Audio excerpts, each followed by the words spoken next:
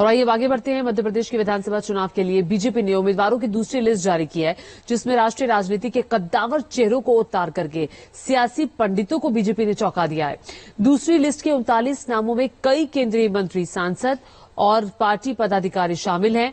उधर कांग्रेस ने इसे लेकर विवादित टिप्पणी कर दी है। भारत माता की वंदे वंदे। जब मोदी गारंटी देता है, जब भाजपा गारंटी देती है, तो वो जमीन पर उतरती है, घर घर पहुंचती है। नारों से लेकर नीतियों तक हर चीज आउटसोर्स कर रही है। मध्य प्रदेश में विधानसभा का रण तैयार। बीजेपी ने रचा मजबूत सियासी चक्रव्यूह। मैदान में उतारी योद्धाओं की फौज। मध्य प्रदेश की राजधानी भोपाल के जम्बूरी मैदान में हुई पीएम मोदी की रैली का तंबू अभी उखड़ा भी नहीं था कि बीजेपी केंद्रीय चुनाव समिति ने विधानसभा चुनाव के लिए 39 उम्मीदवारों के नाम की घोषणा कर सबको चौंका दिया। चौंका इसलिए दिया क्योंकि प्रत्याशियों की ये दूसरी लिस्ट धमाकेदार है। एमपी के लिए बीजेपी की इस दूसरी लिस्ट में 7 सांसदों को उम्मीदवार बनाया गया है, जिनमें 3 केंद्रीय मंत्री हैं। हैवीवेट कैंडिडेट्स की लिस्ट देखिए।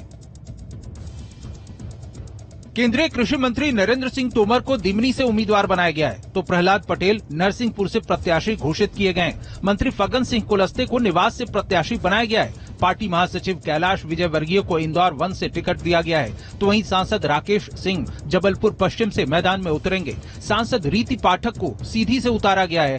वहीं सांसद गणेश सिंह को सतना से लड़ाने पर फैसला हुआ है। सांसद उदय प्रताप सिंह को गाडरवारा से चुनावी मैदान में उतारा जाएगा। बीजेपी के राष्ट्रीय महासचिव अरुण सिंह ने 39 प्रत्याशियों की सूची का जैसे ही ऐलान किया, उम्मीदवारों के लिए उनके समर्थकों, शुभचिंतकों की बधाइयों का तांता लग गया। नरेंद्र सिंह तोमर के लोकसभा क्षेत्र मुरैना में आतिशबाजी की गई। दिग्गजों पर दांव खेलने के पीछे सबसे बड़ी वजह यह है कि ये सभी नेता अपने अपने क्षेत्र में बड़ा प्रभाव रखते हैं और इनके मैदान में उतरने से इनके आसपास की सीटों पर भी सीधा प्रभाव पड़ेगा। इसी तरह बंगाल का प्रभार संभाल रहे विजयवर्गीय भी बड़ा नाम है। पार्टी का आदेश है, खाली ये बताया था कि आपको कुछ काम दिया जाएगा, तुम ना नहीं करोगे, तुमको करना है। पर 1 नंबर का जब टिकट डिक्लेयर हुआ तो मुझे भी आश्चर्य हुआ। पर हम तो पार्टी के सिपाही हैं, पार्टी जो आदेश देगी वो करेंगे। सर, बाकी केंद्रीय मंत्रियों को भी बड़े बड़े नाम उतारे हैं इस लिस्ट में, कितना फर्क पड़ेगा इस चुनाव में? आप देखिए, तो 2/3 बहुमत की तरफ भारतीय जनता पार्टी बढ़ चुकी है, वो उससे आगे कितने सीटें बढ़ती है ये समय बताएगा। नरेंद्र सिंह तोमर का ग्वालियर, गुना और मुरैना में खासा प्रभाव है, तो केंद्रीय मंत्री प्रहलाद सिंह पटेल पहली बार विधानसभा चुनाव जरूर लड़ेंगे, पर कांग्रेस के गढ़ छिंदवाड़ा तक के लिए ललकार अभी से लगा दी है। मैं अपने संकल्प को दोहराता हूँ, 2023 में भी छिंदवाड़ा जिले में कांग्रेस का खाता नहीं खुलेगा। ये भ्रष्टाचार की लंका यहीं पर ध्वस्त होगी। समय पूरा हो गया है यहाँ पर, कांग्रेस का भी और कांग्रेस के नेताओं का भी।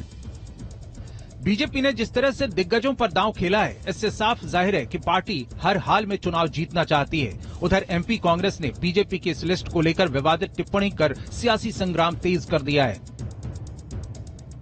एमपी कांग्रेस ने सोशल मीडिया पर लिखा, हार को सामने देखकर रावण ने कुंभकर्ण, अहिरावण, मेघनाद सबको उतार दिया था। दूसरी लिस्ट में बस यही हुआ है। उधर मध्य प्रदेश कांग्रेस के अध्यक्ष कमलनाथ ने भी सोशल मीडिया पर लिखा, एमपी में हार स्वीकार कर चुकी भाजपा ने उम्मीद का आखिरी झूठा दांव आज खेला है। देखिए, भारतीय जनता पार्टी की दूसरी सूची से ये स्पष्ट हो गया है कि बीजेपी चुनाव हारने जा रही है।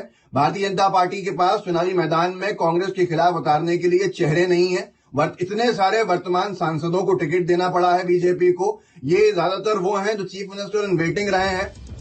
एक तरफ कांग्रेस जन आक्रोश यात्रा से बीजेपी सरकार की बखिया उधेड़कर जनता को लुभाने की कोशिशों में है, तो दूसरी तरफ बीजेपी जन आशीर्वाद यात्रा के जरिए चुनावी मुद्दों को धार दे रही है।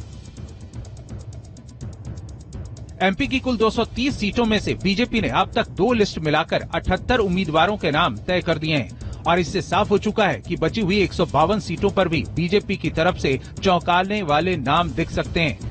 बीजेपी को अपने प्रदर्शन से ये बात साबित करनी होगी कि ये दबाव की सियासत है या फिर उसका master stroke. Team news nation.